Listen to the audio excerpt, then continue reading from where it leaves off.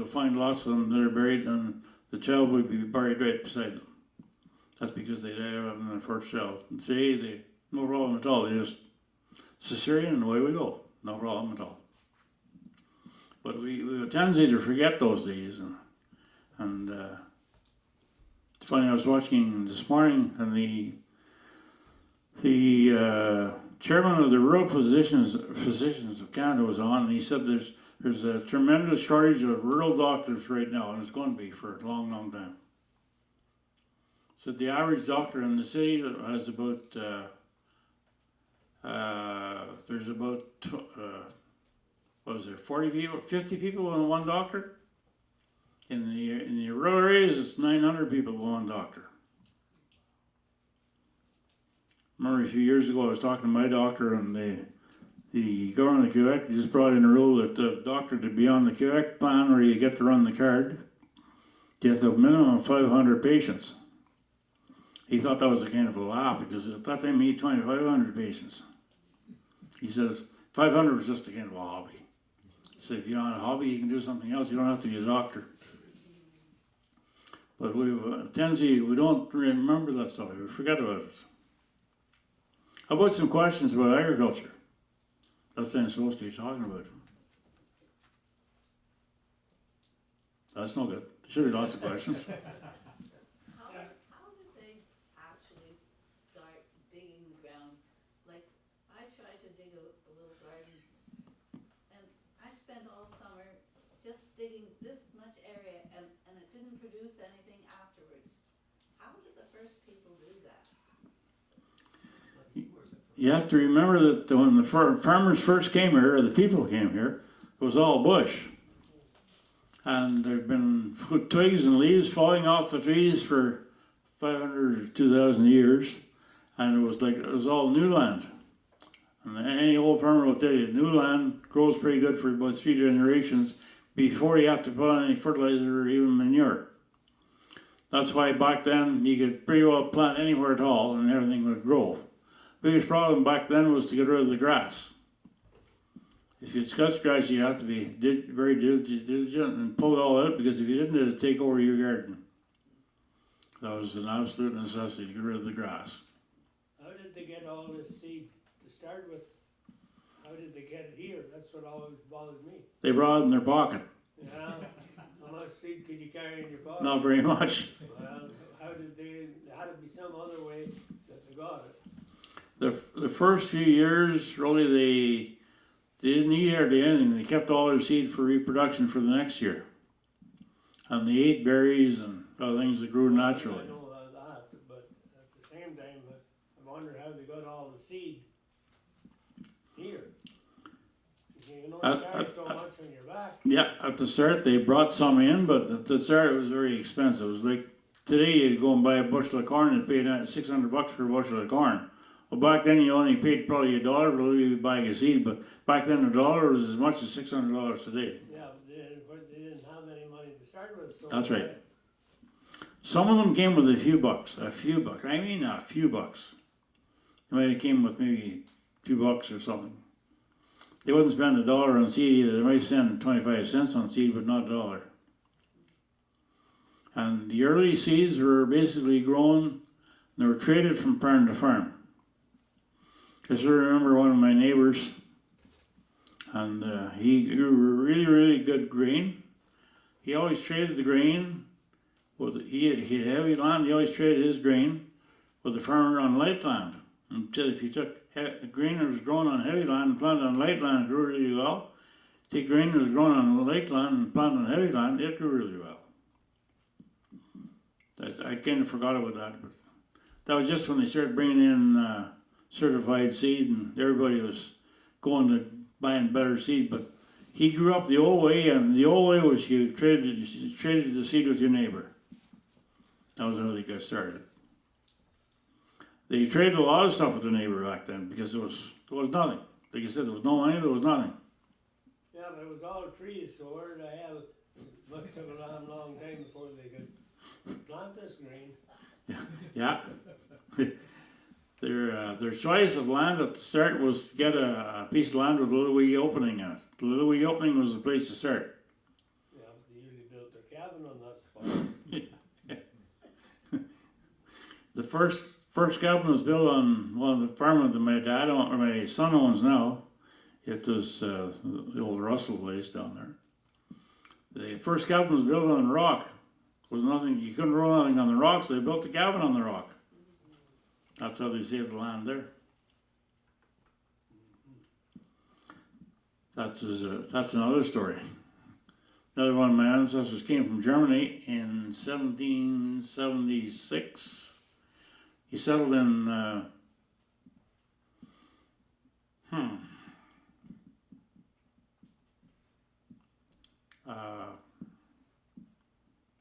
not Michigan, Massachusetts. And the second generation was the same name, and that was Martin Ebert, and he came to the Ottawa Valley with Abraham or Philemon Wright, and it was his granddaughter. No, his granddaughter was my great grandmother. That was Philemon Wright or Martin Ebert. All the Eberts around Campbell's Bay are all related to me because they're all from the same family. All the people have the first name like Ebert, Ebert Smith, Ebert, Turcotte, Ebert. Their mothers were in Ebert. And one time after I pretty well researched the Judd, I started to look up the Eberts. And I found one article in Ancestry.com, and I started printing it off. It was 43 pages of very fine print of Eberts. And there's thousands of them. And they're spread all over the country, but a lot of them are still in the Ottawa Valley, a lot of them. If you haven't researched your ancestors, I encourage you to do so, because it's kind of like a disease. Once you get started, you can't stop. You just keep digging and digging and digging. It's amazing how many there. It's amazing how many kids today don't even know who their grandmother was before she was married. They have no idea. And that's something that we deserve to teach our kids and our grandkids at least to look into a little bit about their ancestors. It's very, very important. When you get old like me, it means a lot more. I get into it again because I had to, because I had a stroke and I couldn't do nothing. It was no good for nothing. So I spent 2 winters researching my ancestors. And I was very, very lucky because the Judds invented Ancestry.com. They did, because that branch of the Judds were Mormons. They had a lot of wives and a lot of families. The only way to keep track of them all was a computer. That's how the company started Ancestry.com. That's the truth, in Utah. Even today, a lot of the stuff you go looking for in Ancestry.com goes back to Utah, because that's where the information is. Still there. I've always been intrigued by the fact that some of the early farms, they built the farmhouse and the barns in the middle of the property, and the laneway is so long, you wonder if there's another concession up there. But at the same time, there's a lot of farms that are built right next to the road, so I'm not sure how that changed. The ones that were originally built in the middle of the farm needed that for a purpose, because they had to draw the hay to the barn. They only drove it halfways. But they would have to shovel the laneway all the way out to the road. Back then they didn't shovel, they used a horse. The horse just tramped down the snow. There's no rod in there either. Then they made a plow for each side of the sleigh, about a plank, and they plowed the road. I can remember that. Yeah. With horses. One of the first jobs that my father had in Shovel was plowing the sidewalks. Plowed the sidewalks, but they didn't plow the road. They rolled the road. Yeah. Back down the snow so you could drive on it. It was good until it started in the spring, then it all fell apart. But they used to snowplow the sidewalk. The sidewalks back then were all wood too. There was no cement. So You were talking about the Eberts. June Ebert did so much research on family trees, so if you're looking for any relations with Eberts, we have them at the archives, and it's also on the computer, so I hope you'll all come and if you've got any Ebert relations, we've got more than you could possibly imagine. My relatives was related to the Eberts. Walter Ebert, from Harry's father and all this. Lots of people. Yeah. He was married to Annie Hazard. Yeah. First snowplow that I know of was Ozzy Cuthbertson had an old plank plow made on the front of his truck, and he plowed the roads to Bristol. I think the first snowplow and shovel was on the front of Schwartz's oil truck. It was a wooden plow too. Yeah. I think that was the first one in shovel.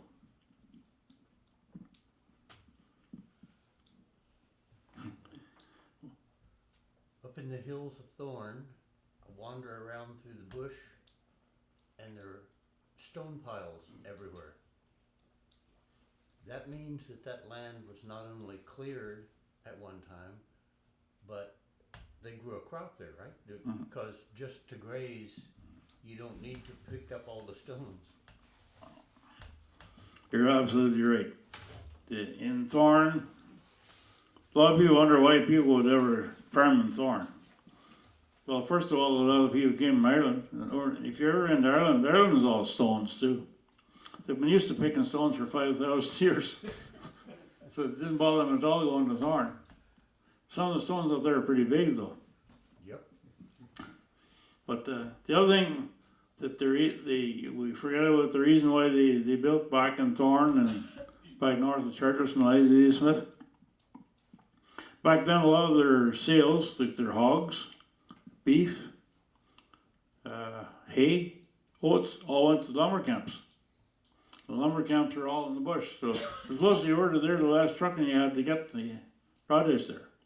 That's why a lot of them built back or started the farm back, way back where they think the land's no good. Well, there wasn't any help because today the most of us grew back up in bush because it's a lot harder to farm. But back then there was no big tractors, no tractors at all. And most of the work was done with the horse or even by hand. And the fact that they had to go around the stump was no big deal. But now with a big tractor, you don't want to be tripping over stumps and breaking off flow points and stuff. Things have changed. You ever see one of them Yeah. they had for pulling the stumps? At the back, who we got? Yeah, I was reading about the settlers, and everything looked like just this week we had the ice storm. The last week we had the ice storm. We were stuck in the house with no power and just cooking on the stove. And all of a sudden, everything you did was a lot of work. You know, like everything you did is a lot of work.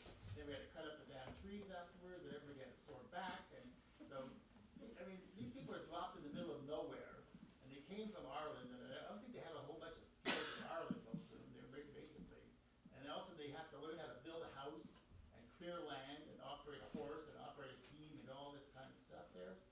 You ever read all your reading find out that these people had a lot of servants or helpers with them?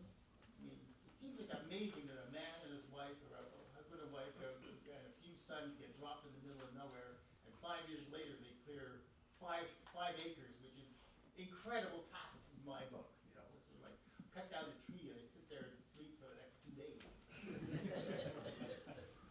Something we've almost forgot about in the last generation is to work together. Back in those days, everybody worked together. The farmers all worked together and they clear one little piece of land for one farmer, and next year they clear a little piece of land for another farmer. Oh, sweet. Okay. Out of the whole gang, there might be one guy that knew how to build a house, maybe one guy was smart enough to know how to frame a barn. So they all worked together and they built a house and they built a barn, and that's how they worked. And same thing with even when you had a child back then, with no doctors, but probably there was one woman in the country that was very, very good at helping deliver babies. And she did that. She went from barn to farm, whatever. Basically for a meal, not for no money. Most of the work that was done back then was just done by trade. It was very, very little money changed hands. Very little. It was a different life. But the thing is, though, that everybody talks about all this getting along. We all get along well, but then, you know, in my reading, people say that people in this region were like experts at suing each other. Like if you figured out that your property ended up at this carpet line, then I thought it was ended up at cow isn't producing, you might mistrust that the woman next door is giving your cow the evil eye, and you don't bash her because she's giving your cow the evil eye. So people were pretty, I mean, they got along well too, but they didn't get along well too, you know, so. Yeah. You're absolutely right. There's always somebody in the gang that's a little bit on the greedy side. Always somebody. Yeah, I'm gonna help that guy build my house, cause he didn't show up to build my house. Anyway, yeah. But back then there was a lot more give and take because they have to have give and take or they could survive. Like you said, you couldn't survive on your own because you didn't have enough manpower.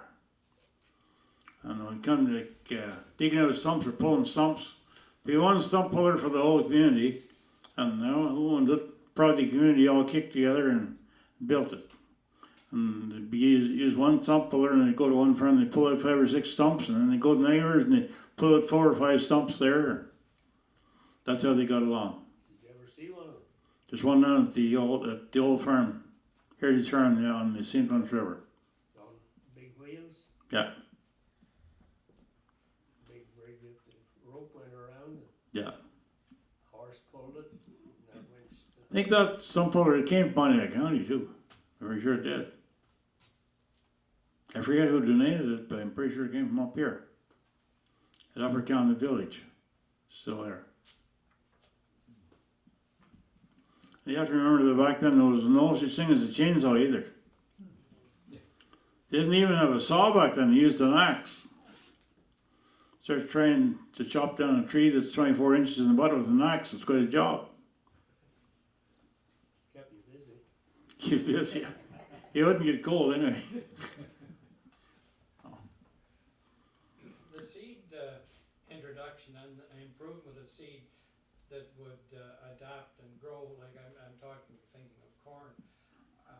How did that get developed? That, like at one time, years ago, they said we could not grow corn because of the heat units in our area, but eventually it seemed to be we could grow corn further and further north and tremendous corn as well. There was 2 reasons for that. First of all, global warming. It's a lot warmer here now than it was back then. The other reason is because they develop different varieties. A lot of the varieties were developed at McDonald College and at the research station in Ottawa. But that all came to an end whenever the large corporations bought out the seed companies. They took control of it. That's when the price started to go up. Really haven't seen very much increase in the yields in corn for the last 10 years. Because companies find there's more money in turning into GMO corn. They can charge $600 a bag instead of 60. But there really isn't much difference in the corn. The corn's still about the same. The feed control has improved, and the cultural practices looking after it has improved. You plant earlier, and plus the season is longer. We don't think it's very much, but I remember when I came home from college, and of course that's 55 years ago, we grew a little bit of grain corn just for a trial to see if it would grow. You never grew soybeans because they wouldn't grow. Probably the mid 80s before you could grow any soybeans at all. And I used to plant a field of soybeans out every 3 years to see how it grew. Most years you get snow in the fall before you got them harvested. So that was a dead loss. Now there's more soybeans growing in Pontiac County than there is corn. Because the days are longer. Days are longer and the growing season a lot longer too. Been a big change. We don't notice it because it happened so gradually we didn't even see it coming. Eh? Would that seed be genetically modified as well? Back then, no. No, but I'm talking now what we're growing today. Now it is because they want to sell you the seed and they also want to sell you the herbicide that goes with it. Because the herbicide that they sell works with their seed. So you want to use their herbicide, you have to buy their seed too. They got you both coming and going. There's going to be some large, big changes there within the next 10 years. Because a lot of the fertilizers they're using today, they're saying is bad for the ground, bad for the atmosphere. It also kills the bacteria in the soil. And we need the bacteria in the soil to help reproduce for the next generation. A spoonful of healthy soil should contain 1 million little animals. 1 teaspoonful. After you use chemical fertilizer or seed or chemicals for herbicides for a few years, you don't have near that many in the soil. The soil becomes pretty well dead. There's no life left in it. You have to buy everything. You buy the fertilizer, you buy the spray, you buy everything. But the way that the farmers farmed like 200 years ago, the soil regenerated itself. As long as you didn't completely destroy it. In the West, they destroyed it because they tried planting grain every year, and then you got a dust storm, and it all blew away because there's no organic matter left in it.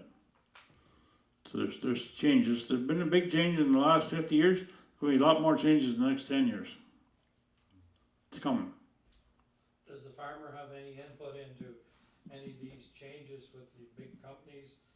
Do they sit at a board or anything like that they're aware of what is going on? The big companies are against it. They don't want any change because they want us to keep selling seed and selling herbicide and making money. And if we can get away from that, then big companies are going to disappear. I think the reason why that it's coming so slow is they're lobbying the government enough to slow down the change, to give them hope to give them a few years to try and develop a better system to take over. They still want to sell something, but they won't be able to sell us the same herbicides and the same stuff they did before. That'll change. Big change is coming. Some of the farmers have already started to change. One of the top beef producers in the province of Quebec has a little farm down here at Thurston, Quebec. And he markets what they call grass-fed beef. Well, I really like to have the beef with a little bit of grain in it too, because it seems to be a little bit more tender. But he can finish beef down there on no grain at all, absolutely not. And his farm will regenerate year after year after year and grow perfect crops without fertilizer. And now he's one of the head speakers now in Canada and in North America because he's found out how to do it. There's a couple of smaller colleges in the States that are doing the same thing. One is an outfit called Acres USA, and another small university down in Vermont. Been doing this too for maybe 40 years. They never got any funding from fertilizer companies or chemical companies because they didn't want them to survive. But they're still there. And they're so far ahead of the rest of us right now that we're having a hard time to catch up. But it's coming. But we're in about the third generation of farmers right now that have been so used to buying this expensive fertilizer and expensive herbicide, we think we can't farm without it. That we've got that ingrained in our system. When I went to college 55 years ago, they told us the best thing to do with your manure is push it over the bank and buy commercial fertilizer. It was cheaper. And it was. But didn't do the ground any good. I tried that for a while. Big changes. What about the products that's coming from the city as a fertilizer that they're, what's the status of that? I think I wrote a little bit about that. It'll be out today in the paper. The big problem there is something I just discovered in the last 6 months. It's called microplastic. Microplastic mostly comes from the washing machine. Everybody has one. Anybody here not a washing machine? It comes off your, not your old clothes, but the clothes that are made out of plastic. Not sure. These pants made of some plastic, I'm not sure. When you wash clothes that are made out of plastic, all the little pieces of plastic break down, and they go into the wash water. They go down the sewer, and they get into the plant nodder where they separate the solids, and all that stuff comes back and spread on the field as biosolids. There's you can read all about it in this week's paper, but there are quite a few states right now where it's illegal to spread biosolids, and there's thousands of acres of land in those states that they can never farm again. I mean never, because there's so much microplastic in the soil, it's going to contaminate our food. So more changes to come. Like I said, the world changes every day. You never get tired of change. There's always change. What's the qualification to have a farm certified as an organic? Depends who writes the certification. There's a big problem there, especially in the States. Big businesses get into certified organic farms, and they're putting lots of money in the system. And it's money that the United States government uses to draw up the regulations.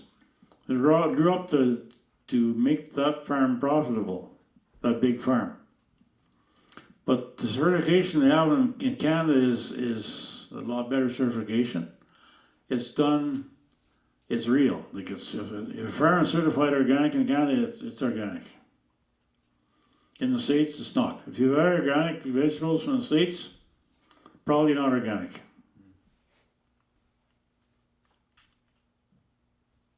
I always thought organic farmer was kind of a tree hugger. He wasn't any good for anything, but he's just a lot smarter than the rest of us.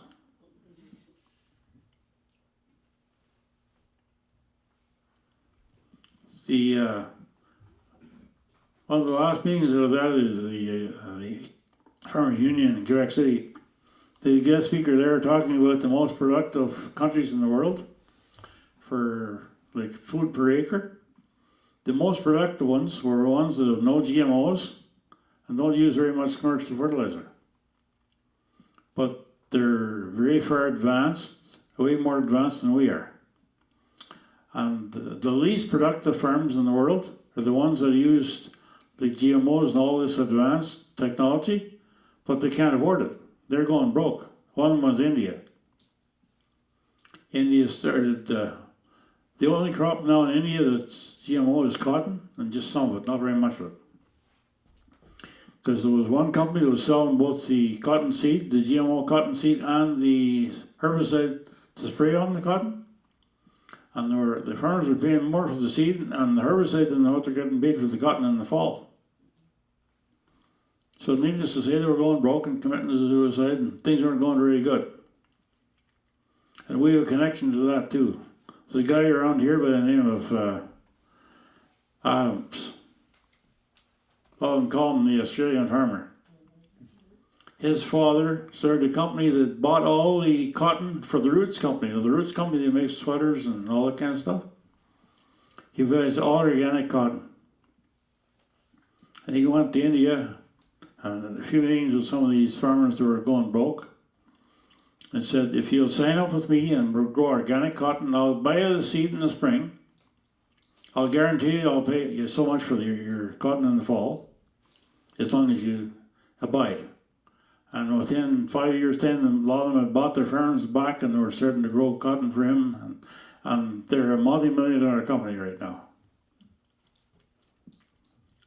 A lot of people wonder where he got all the money to buy all the land around here. I think he's kind of laundering the money for the old man. I shouldn't say that, but you can kind of read between the lines. Big change.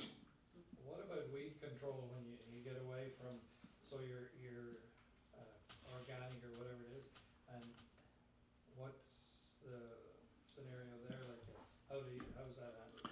That's going to take longer for the farmers to get accustomed to that again. Our great-grandparents used to grow some pretty good crops. There wasn't really that many weeds. But the soil was better balanced. You can balance the soil, hardly any weeds will grow.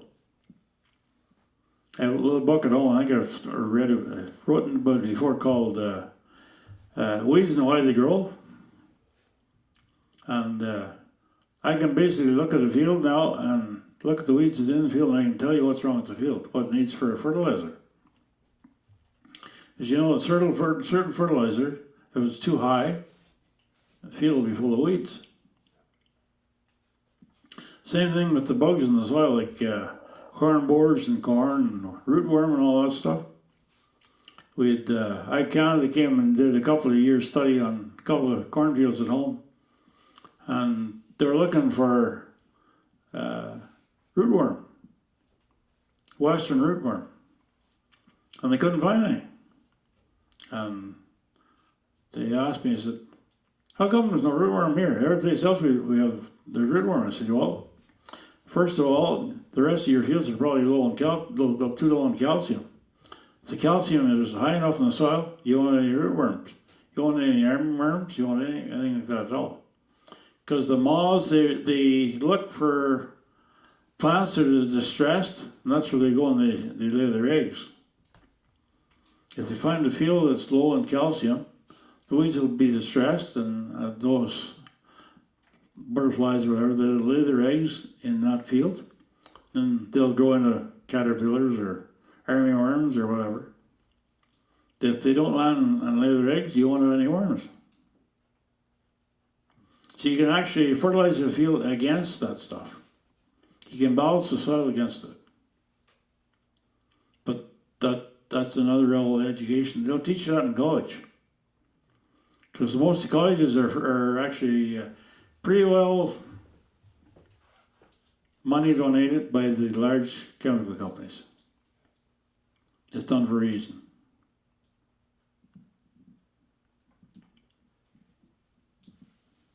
There's dead cells. What's going on? Chris, you use the terms light and heavy soil. Yeah. What do you mean by that? I call light soil that, that sand, like what we used to play in the sandbox. Heavy soil is more clay or loam in it.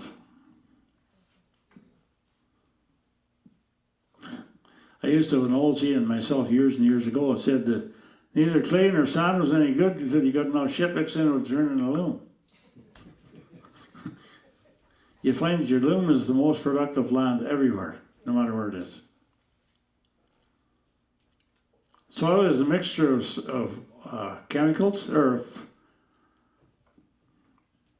mineral, which is your sand, or clay, or whatever, air, and water, and a little bit of organic matter. Your organic matter should be a minimum of 5%.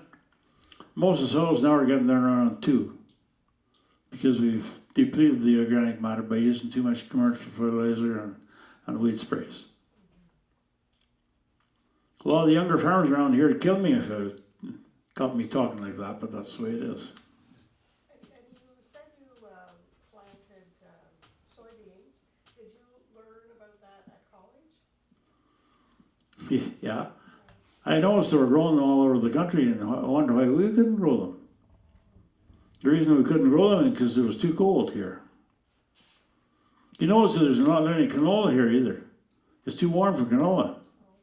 Canola grows mostly in northern Ontario and in the western provinces and northern Quebec. But you don't see any canola growing down around Ormstown either. None down there. It's too warm. So yes, global warming is a fact. It's the truth. But it's very, very slowly. It didn't happen overnight. You mentioned different soils.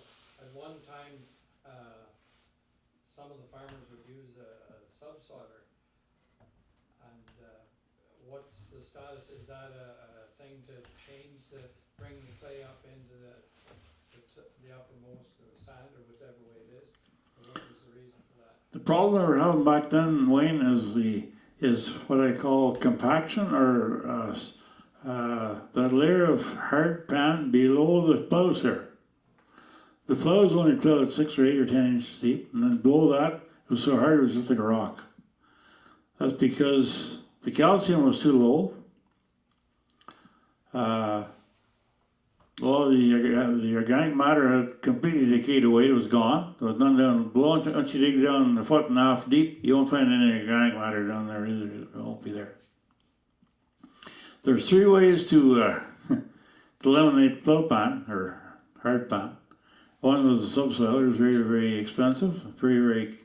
Takes a lot of power. And it only works. And if you use a subsoiler, you'll soften the soil down to the depth of the subsoiler. But if the subsoiler goes down 2 feet deep, within 5 years' time, your plow plan will be 2 feet deep instead of a foot deep. It'll still be hard down below that. The other way is with calcium, calcitic lime. You put enough calcitic lime on, you won't have a hard pan. You won't have anything like that. The other way is with a commercial product they used to call cloud buster or pan buster or whatever. They never sold it in Canada, but they sold it in the States. It's $50 for the gallon jug down there. I went to Louisville, Kentucky at the farm show one year, and my sole purpose of going was to find out what the hell was in this cloud buster. On the last day I was there, I finally found out. I was talking to this guy with him. He knew I was from Canada. He knew I was never going to sell anything up here like that. He said, "Do you really want to know what's in that?" I said, "Yeah, I want to know." He says, liquid detergent, shampoo. He said, "If you take a gallon of shampoo and spray it on the field, like take a gallon and spray it on a 10-acre field, your soil pan will disappear. All it is surfactant. It makes water wetter." How many people know what a surfactant is? Most of your soaps that you use at home has a surfactant in it. It makes the water wetter.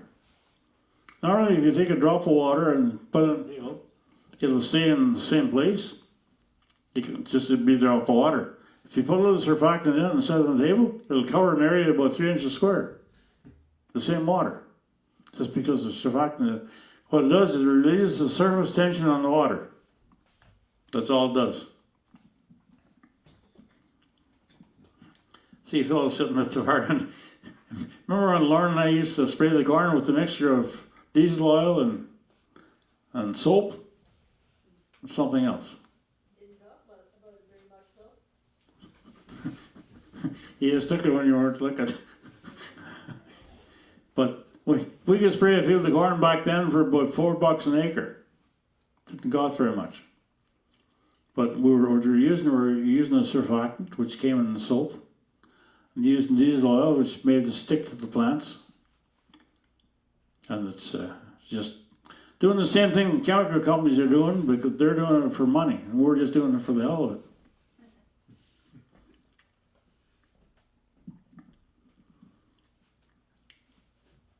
Any more questions about farming?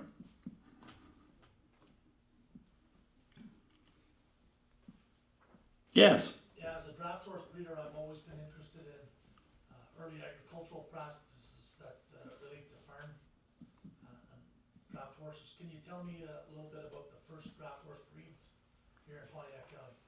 The first what? Draft horse breeds? No. Not sure I know us. One of the earliest writers on agriculture that I know was a guy by the name of Louis Bromfield. He lived in Ohio. And he was a businessman from New York City. He wondered why there was no alfalfa growing in the eastern United States. But in Oregon, they grew lots of it. It just grew like a weed. Finally, he got kind of frustrated. He had a bit of money back then.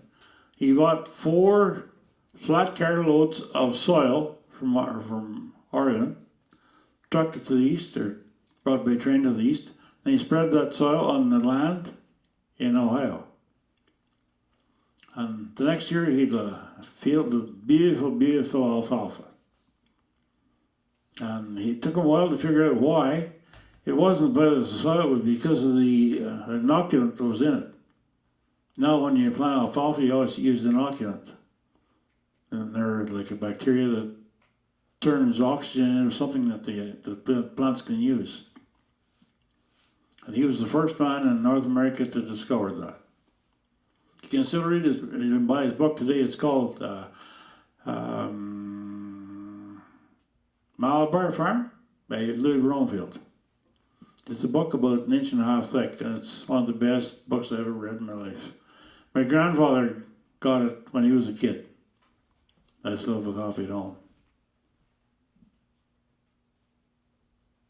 That farm is still operating as a However, yeah, kind of a, it's a historic farm now. yeah. Still there. Yeah. You don't think it would be better to go back to cultivating the barn with the horse?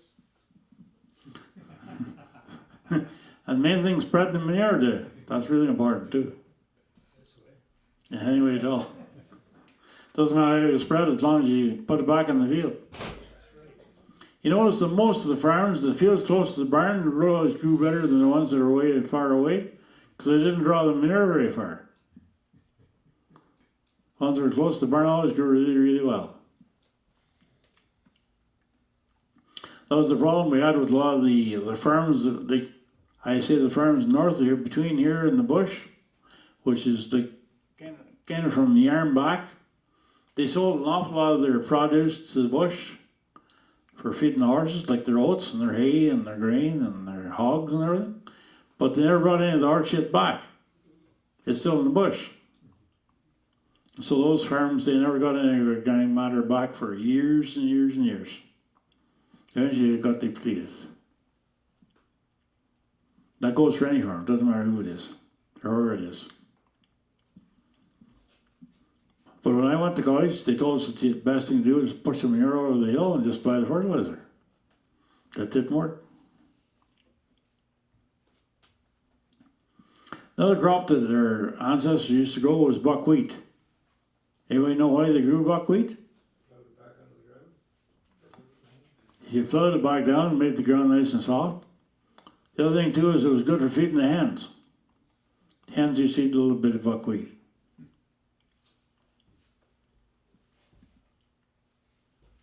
I think there's going to be questions forever, so I have a suggestion that we would like Chris to come to Hershey's for lunch, and that all the rest of you who would like more questions, maybe you'd like to join us too at Hershey's.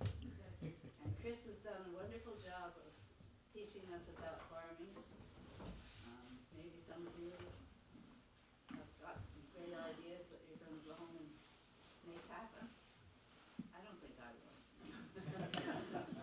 Well, the best education you have is driving around and watching your neighbors. That really works. So thank you so much for coming. Good. And We've got one question at the back here. Somebody has hand up. Would you suggest buying land to the north? Because it sounds like from your description that the land down here has all been turned into crap.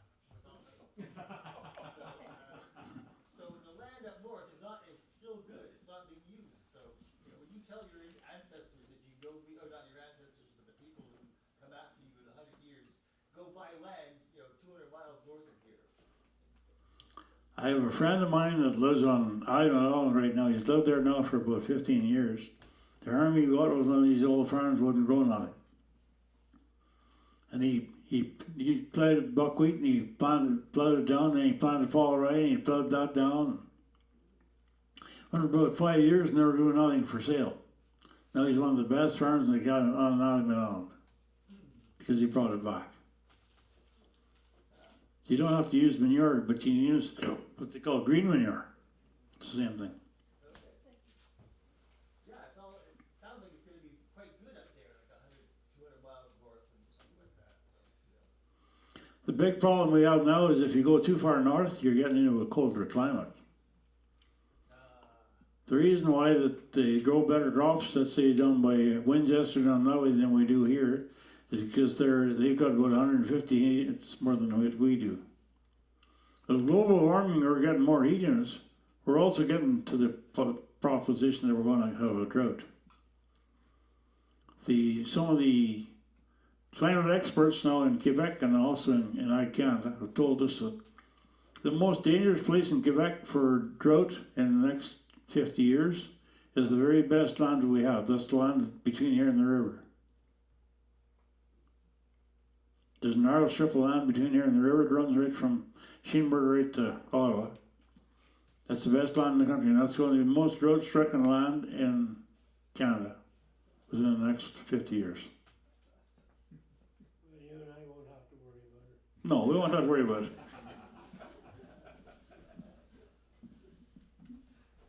Hey, don't be afraid to ask questions, because that's how you learn stuff. There's no such thing as a stupid question, just a stupid answer. You wrote a couple of weeks ago, Chris, about the States was sending, and still is, a couple of farmers that's taken the human sludge. Now, was that because of the human sludge, was it because of the plastic in it? Is that That's one of the reasons, yeah. The other thing that is in a lot of the sludge is heavy metals, like mercury and chromium and stuff like that. It takes it a long, long, long time to break down. But something that takes even longer to break down is plastic. Plastic is the life of hundreds of years. What do you think about people drinking water out of plastic bottles all the time? Maybe if you get it out of the fridge, it's okay, but don't set it on the dash. As soon as you warm it up, then a lot of the plastic starts to break off and starts to go into the water. I know people used to drink Coke and they drink it warm and leave the bottle of Coke sitting on the dash of the truck. That's one of the worst things you can drink, is that warm Coke in the plastic bottle. Why would you wanna drink Coke to start with? Yeah, that's right. That's right. That's what my wife says. It's a lot better. That's what my wife says. Just drink the rye straight. Don't put any Coke in it.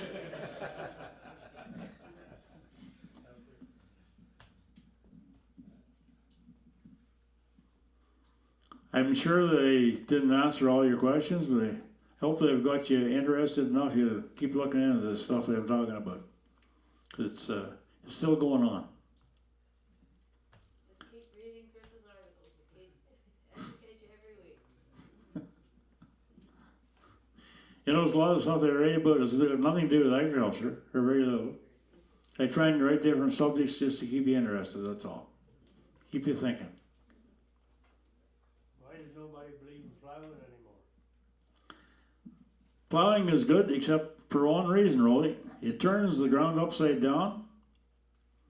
And there are all these, like I said, these little bugs, these million little bugs that are on a teaspoon of soil. Some of them live in the top 2 inches, some of them live in the next 3 inches, some live in the bottom 6 inches. Turned upside down, a lot of them little animals will die. Well, I still believe in plowing. There's some ground that plowing is still good, very good, especially clay ground. Pretty hard to do that to plow on clay ground, very hard. When you plow, the frost gets into it and breaks the ground up.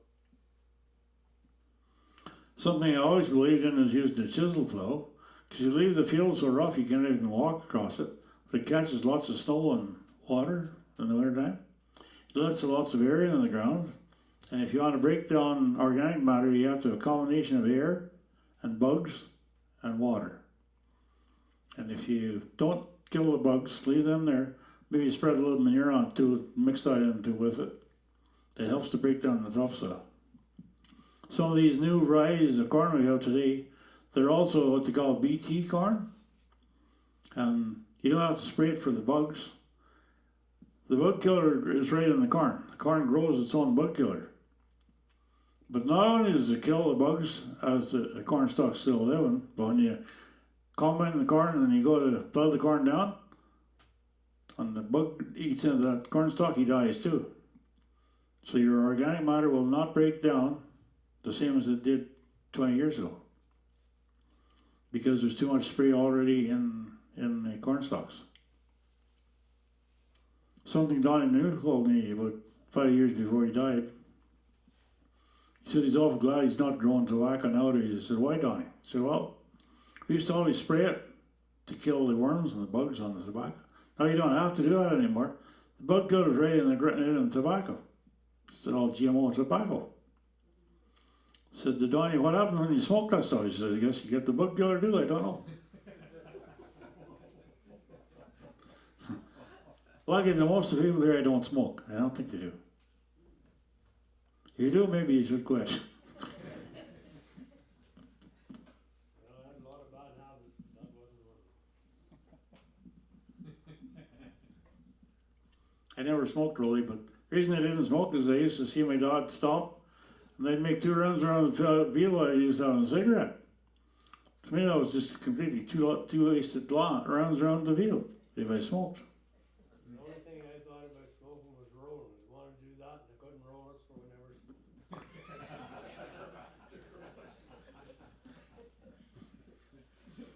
That's something else years ago. A lot of people used to grow a couple of stalks of their own tobacco because they smoked their own tobacco instead of buying it. It was very expensive to buy. And a lot of them used to grow 1 or 2 tobacco plants.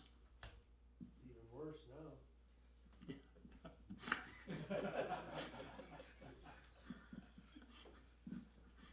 That's another subject. I haven't got into that yet, Rolly.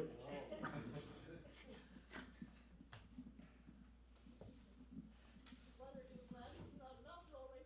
One or two plants is not enough. Now in Quebec, you're not supposed to even have one.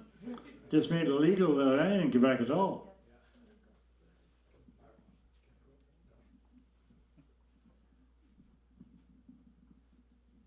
There's no switch on it. Oh, it's right at the bottom? No, there's no switch. No switch. No. Good. Yeah. I'm not from the farming community, but for whatever reason, I remember growing up listening to Eugene Whalen's Farm Report. I think what we need is a Pontiac Farm Report on the radio. We've got Chris in the equity, but that's really reaching one part of the population. We've got so many amazing farming stories. If we had Chris and Rolly and some of our other farmers doing Farm Report from the Pontiac live, I love it. Tell me what channel. The noon-hour Farm Report. Some of these stories are better not to tell. I know they're the ones that we want to hear. Yeah, I'm not sure the world's ready for that. You're right though about Eugene Whalen. Eugene Whalen was one of the best agriculture ministers I think we ever had in our life. I know a couple other good ones, but not very many. Yeah, but like, why would I know that? Why would I know his name and know Farm Report? Because he was good. And a lot of people knew he was good. Frank Ryan too. Yeah, Frank Ryan. Frank Ryan was a great friend of my grandfather, Judd Brownlee. Him and Gordon used to have great shots. He did 2 or 3 broadcasts straight from the barn at home. Used to come to the fair every year, show his horses. Yeah. We visited his farm in Ottawa at different times. It was right where the college is right now. He donated that land for the college.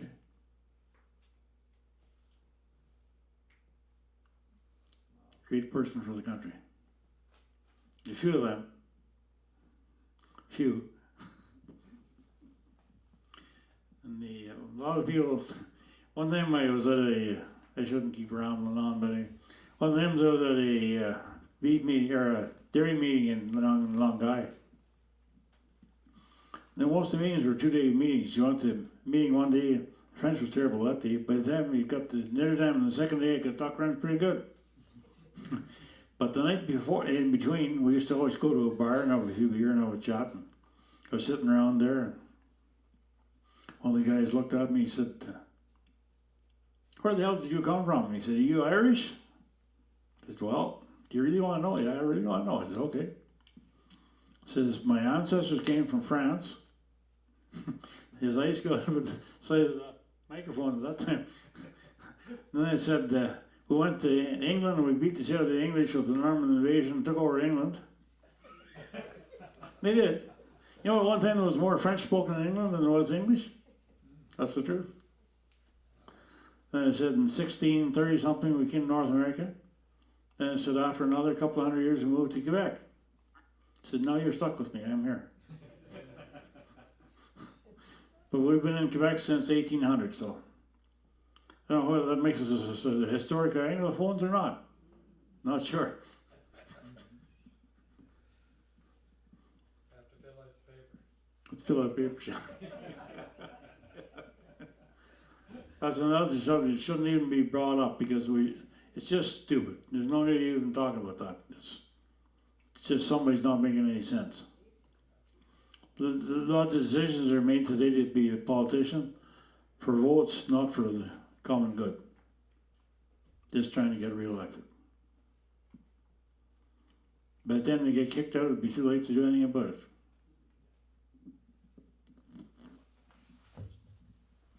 There, Dan? Don't forget if you didn't get one of these copies of Chris's farming things, make sure you pick one of these up. That was the first article I ever wrote about agriculture in Pontiac County. And he also brought these in, I don't think many of you have taken these, he brought them for you to take out. I write them not every couple of weeks, every month. And the only reason they brought them is they send me a box of them every month just to give away, so that's why they're here. So they're It's mostly on agriculture in Quebec, all different kinds of agriculture in Quebec. Thank you, Chris. You're quite welcome. Thank you guys.